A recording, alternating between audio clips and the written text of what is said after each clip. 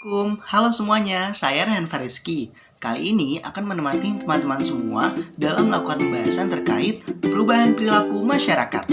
Video ini ditujukan sebagai sarana informasi dan edukasi terkait perubahan perilaku masyarakat yang terjadi hingga saat ini. Selain itu, video ini juga ditujukan sebagai pemenuhan tugas akhir dalam mata kuliah komunikasi perubahan sosial yang diampu oleh Ibu Dr. Neka Fitria, MSI. Selamat menyaksikan. Sebetulnya apa sih perubahan perilaku itu? Kita semua pasti dapat memahami dengan nalar bagaimana perubahan perilaku itu. Namun ternyata ada penjelasan secara ilmiah loh terkait perubahan perilaku. Namun sebelum itu, mari kita cari tahu apa sih perilaku itu.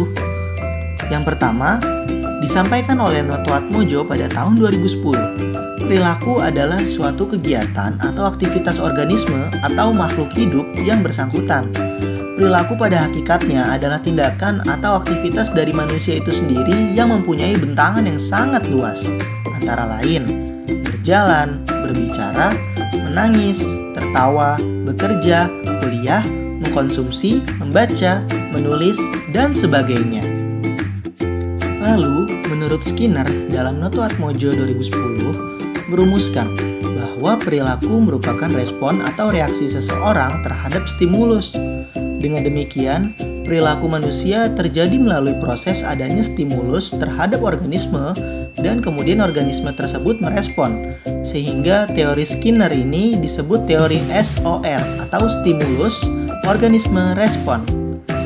Kemudian, berdasarkan teori SOR tersebut, maka perilaku manusia dapat dikelompokkan menjadi dua, yaitu A. Perilaku tertutup atau cover behavior.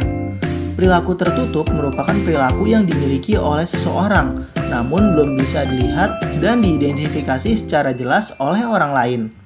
Respon yang diberikan oleh individu masih terbatas dalam bentuk perhatian, perasaan, persepsi, pengetahuan, dan sikap terhadap stimulus yang bersangkutan, sehingga tidak bisa diidentifikasi dan dilihat secara jelas oleh orang lain. Bentuk unobservable behavior atau covered behavior yang dapat diukur adalah pengetahuan dan sikap. Kemudian, perilaku terbuka atau overt behavior. Perilaku terbuka merupakan perilaku yang dimiliki oleh seseorang dan bisa dapat diamati orang lain dari luar atau observable behavior. Perilaku terbuka akan dapat dilihat dengan mudah dalam bentuk tindakan, praktik, keterampilan yang dilakukan oleh seseorang. Sehingga dapat kita pahami bahwa perilaku adalah kegiatan atau tingkah laku seseorang ketika melakukan sesuatu, seperti apa cara yang digunakan, dan bagaimana orang tersebut menyikapi keadaan.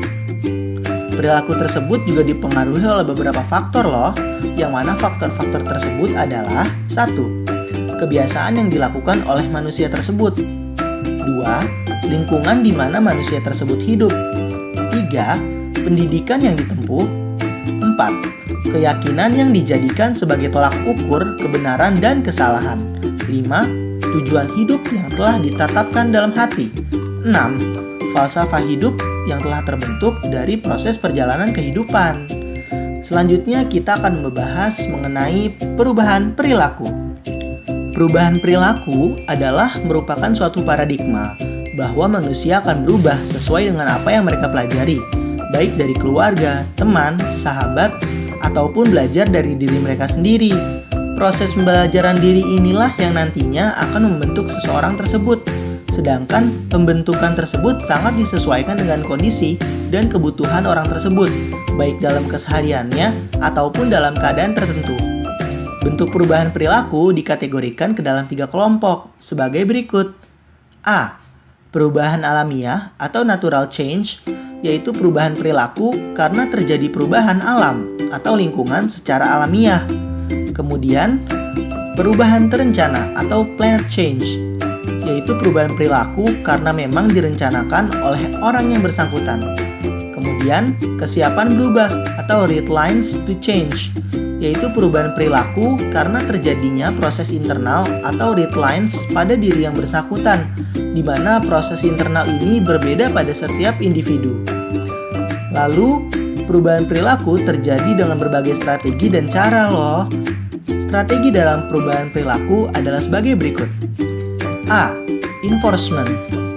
Di dalamnya mencakup perubahan perilaku dilakukan dengan paksaan dan atau menggunakan peraturan atau perundangan. Seperti contohnya, PPKM yang ada undang-undangnya oleh pemerintah. Kemudian, menghasilkan perubahan perilaku yang cepat, tetapi untuk sementara atau bersifat tidak langgeng, teman-teman. Jadi, perubahan perilaku dengan cara enforcement ini menghasilkan perubahan memang cepat, namun sifatnya adalah sementara saja, karena ini berupa paksaan. Kemudian yang kedua, education. Di dalamnya meliputi perubahan perilaku dilakukan melalui proses pembelajaran, mulai dari pemberian informasi atau penyuluhan-penyuluhan, dan kemudian menghasilkan perubahan perilaku yang langgeng, tetapi memakan waktu yang lama.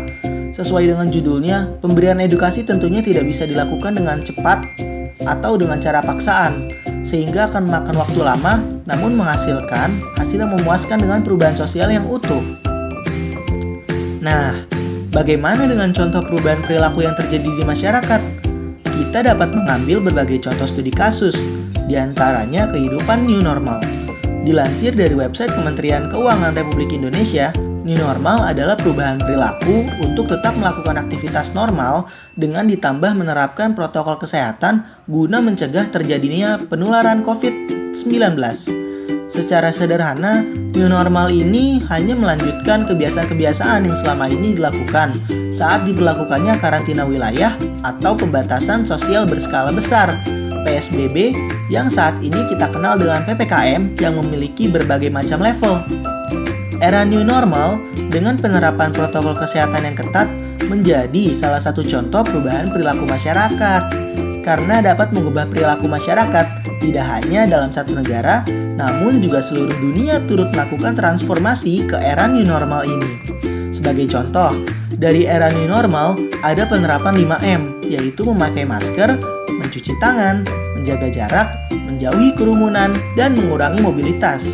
Ini diterapkan oleh seluruh masyarakat di Indonesia demi memutus rantai penyebaran COVID-19 yang ada. Selanjutnya, PPKM atau pemberlakuan pembatasan kegiatan masyarakat yang memiliki bermacam-macam level, mulai dari level 1, 2, 3, hingga level 4 yang juga mendorong masyarakat untuk melakukan perubahan perilaku di era new normal ini. Sehingga dari studi kasus era new normal ini dapat dikaitkan dengan teori perubahan perilaku yang disampaikan oleh Skinner dengan judul teori stimulus organisme response atau teori SOR.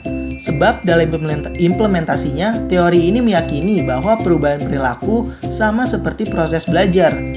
Dan sebagai wujud implementasi dari teori tersebut terhadap era new normal, maka kita dapat membuat sedikit skenario seperti ini.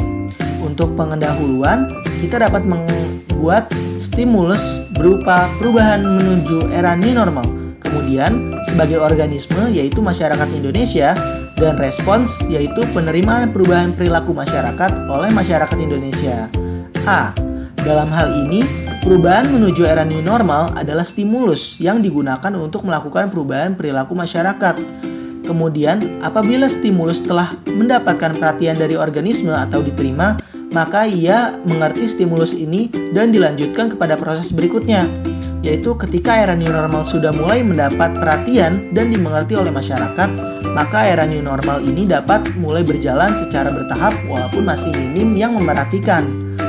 Setelah itu, organisme mengolah stimulus tersebut sehingga terjadi kesediaan untuk bertindak demi stimulus yang telah diterimanya atau bersikap.